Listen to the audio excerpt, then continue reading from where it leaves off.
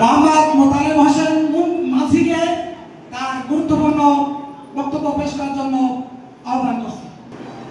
আউযু বিল্লাহি মিনাশ শাইতানির রাজীম। বিসমিল্লাহির রহমানির রহিম।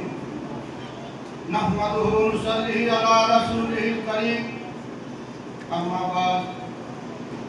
রব্বি ইশরাহ লি সাদরি ওয়া ইয়াসসির লি আমরি ওয়াহলুল উকদাতাম মিন লিসানি ইয়াফকাহু কাওলি।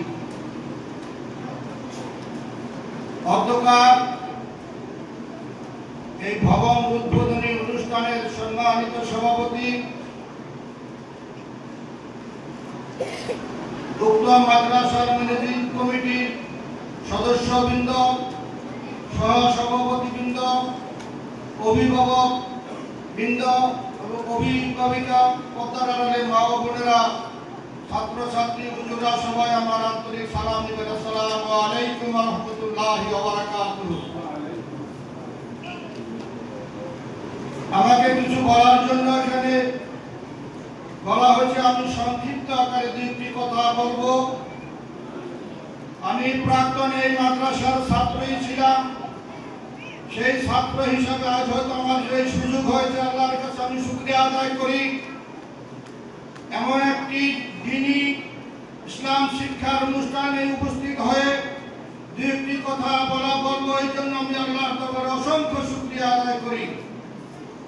আমি প্রথমেই দোয়ার আহ্বান করছি, যারা এই মাদ্রাসাটা প্রতিষ্ঠান করেছেন, যাদের নিজের অর্থ দিয়ে, নিজের জায়গা দিয়ে, বিভিন্ন এলাকা থেকে মাদ্রাসার লোকজনের নিজেদের খানা খাওয়াইয়া এই মাদ্রাসাটা তৈরি করেছেন জনাব হাজী আব্দুর রহমান সাহেব, জনাব হাজী আব্দুল আজিজ সাহেব, এবং তাদের আত্মার মাগফিরাত কামনা করছি।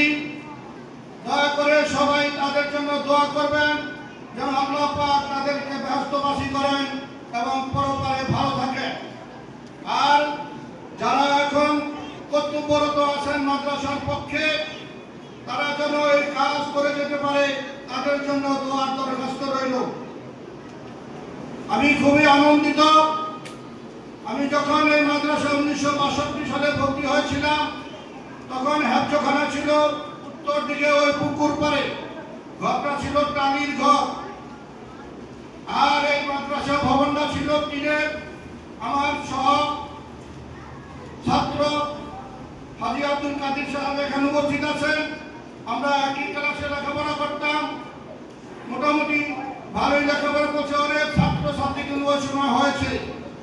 বিভিন্ন এলাকা থেকে যখন ছাত্ররা বর্ষার দিনে আসতে পারত না, এই হাজী সাহেবরা এক এক জায়গায় জায়গায় এক একটি নৌকা কুষা দিত, গোড়াগাঁও দিত, নওদা দিত, সুরেশ্বর দিত, ঘড়িসার দিত, রাহাপাড়া দিত।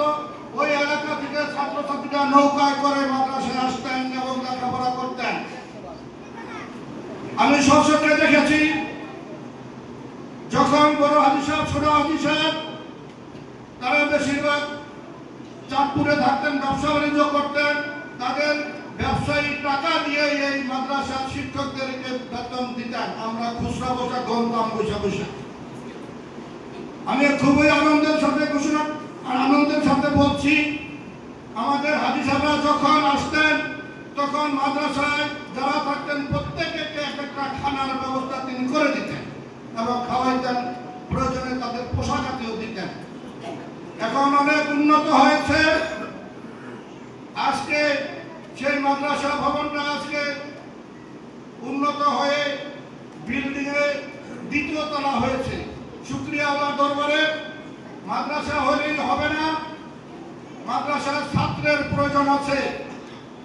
ছাত্র ছাত্রী যদি মাদ্রাসায় না থাকে এবং তাদের সুযোগ সুবিধা দেওয়া না হয়, তাহলে আমি পঞ্চম তলা বিল্ডিং করে আমাদের কোনো লাভ হবে না। আমাদের প্রত্যেকে চেষ্টা থাকতে হবে মাদ্রাসার উন্নয়ন করে করবে, মাদ্রাসার শিক্ষা করে করবে, যেন আমরা ছাত্র ছাত্রীদেরকে আহ্বান জানাই এবং কে কোথায় আছে আমাদের মাদ্রাসায় ভর্তি করি।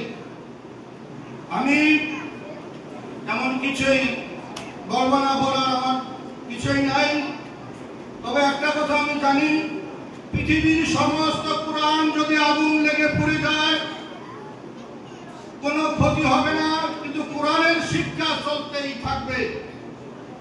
হাফেজ যদি